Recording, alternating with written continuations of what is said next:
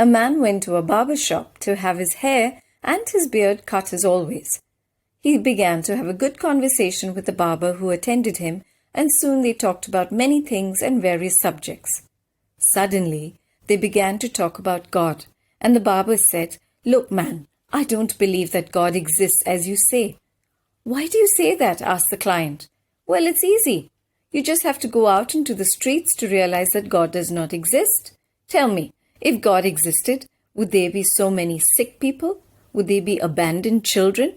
Would there be suffering and pain? I can't think of a loving God who permits all of these things." The client stopped for a moment and thought. He didn't want his answer to cause an argument. The barber finished his job and the client left the shop.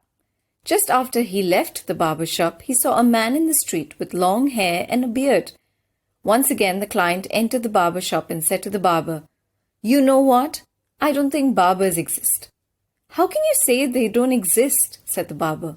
"I'm here, and I'm a barber." "No," the client exclaimed. "They don't exist, because if they would, there wouldn't be any people with long hair and a beard just like that man who's standing outside in the street." "Ah, barbers do exist.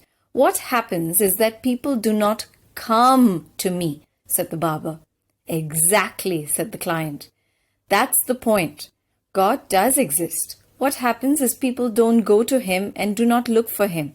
That's why there's so much pain and suffering in the world. The Bible says to those people, the fool says in his heart, 'There is no God.' They are corrupt and their acts are vile, and there is no one who does good."